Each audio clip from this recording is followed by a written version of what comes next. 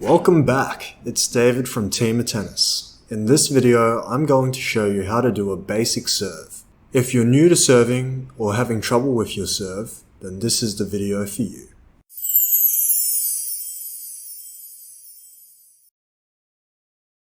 The serve can be broken down into two parts. 1, the ball toss, and 2, hitting the ball with a throwing action. Majority of this training can be done at home. The final step requires either a tennis court or a brick wall with about 12 meters of space between you and the wall. I've fine-tuned the serve to be as simple as possible, making it easier to learn, easier on the body, and I doubt anyone else will teach you this method. Step 1. Throwing the ball. This action is the same action you will use when hitting the ball during the serve. Start side on. Take note of the elbow in the starting position and how it leads the rest of the body into the action, including opening up the chest, rotating the upper body.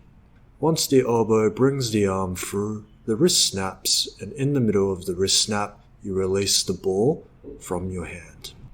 Note the forward momentum of the body. A drill to practice if you're at the tennis court is to throw the ball in between the singles and doubles line, in other words, relatively straight, and over the net.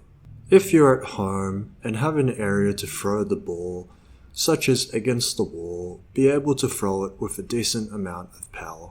Aim to feel what your body is doing as you will replicate this action in the serve. Step 2. Ball toss. Where my hand stops is my ideal contact spot with the ball when I serve. This is the same spot where I release the ball when I throw. Pretend to throw a ball and stop at your ideal contact spot. Crouch down without moving your throwing hand and place a ball like in the video. This ball will help you visualize where your ball toss lands. My ideal contact spot is slightly out in front and slightly to the right. Notice my feet positioning. My front foot is pointing in the direction of the ball and the ball is about a foot away from it. Now practice tossing the ball up in the air and letting it land. The ball on the ground is a landmark where your ball toss should land. The aim is to toss the ball up and straight with minimal spin into your ball contact zone or just above it. Why? You want your ball toss to make your service action as similar to your throw as possible, thus making it more natural and easier. To achieve that, I raise my arm up, palm facing upwards, create some upwards momentum with my body, see how my feet shift, and open up my palm at the right moment. By simply opening up my palm, it allows me to toss the ball with minimal spin. An easy way to check the ball toss for spin is to read the logo on the ball. If I release my palm and the ball too late, it will go behind me, and if I release the ball too early, it will go too far in front of me.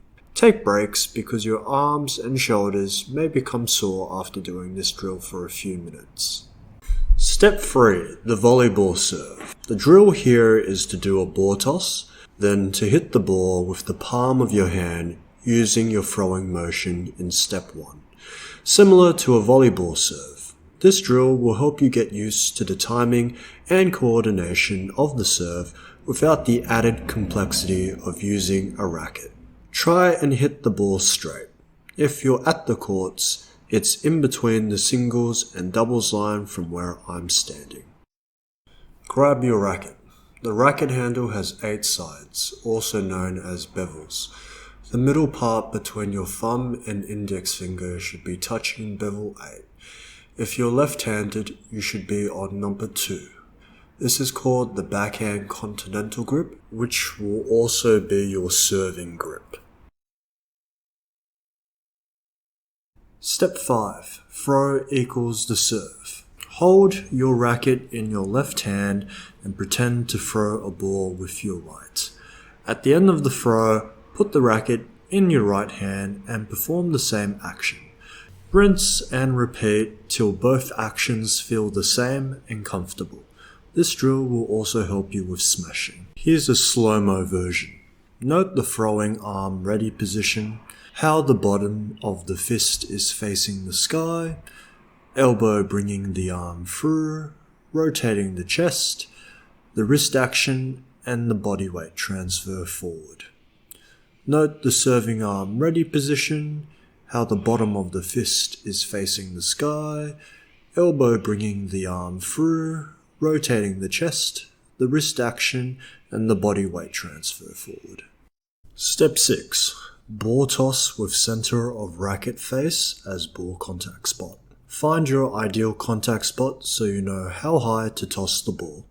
My ideal contact spot is in the middle of my strings as shown by the arrow. Placing the ball as a landmark, practice tossing the ball up in the air so it reaches your ideal contact spot, and when it lands near or on the landmark ball. Refer back to step 2 for explanation on how to ball toss. Have your racket arm in the ready position to best prepare you for the serve. Step 7. Serve. The moment you've all been waiting for. Congrats on making it this far. If you've mastered the previous steps, it's just a matter of combining them.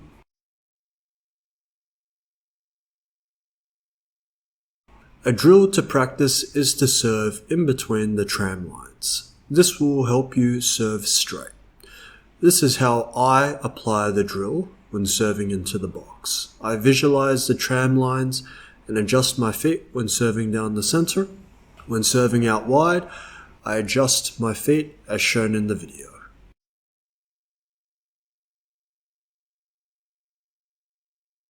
You might be wondering, where's the ball bounce? Where's the backswing? The ball bounce is a way to help you concentrate, to put you into the zone, trigger muscle memory, and for some, to put opponents off. Word of advice, don't resort to such tactics. It's a play to win mentality, not a play to improve mentality. Play to improve and you will always win. The results will follow. Play to win, and when, not if, you don't, well, you'll most likely think, what a waste of time and effort that was. Anyway, back to ball bouncing. It's different with all players. I choose to bounce the ball 0 times because it's simpler and easier. I just check to see that my opponent is ready to return my serve, choose which part of the box I'm going to serve to, then serve. No ball bounce, no wasted energy or fluffing around. However, don't confuse this with rushing the serve. The backswing also has the same concept as the ball toss. In my opinion, the backswing is mainly aesthetic, especially at the beginner and advanced levels. Some may say the backswing helps generate more power via momentum, but if you look at Federer's serve and the pause in service action where he slows down, that's right, he has lost most if not all of the momentum. Instead of starting at A, going to B, then going to C, just start at B and then go to C. The power is near enough the same and makes it simpler, which is what beginners need, and even experienced players will need, because under pressure, the more complicated a technique is, the easier it is for it to break down. Work smarter, not harder. Focus on a streamlined serve and not worrying about the aesthetics of a backswing. Key points which you can save as a screenshot. Text in the description below for copying and pasting. It may be tempting to just start serving straight away. Don't fall into that trap. Break down the serve, make it simple, and start from the basics. Feel the throw, master the ball toss, then marry the two with your hand, then with your racket. You may notice the pros arch their back and jump. This is a more advanced serve that requires a mastery of the basic serve first. Thanks for watching. If you found this video helpful, please like, comment, subscribe, and keep improving.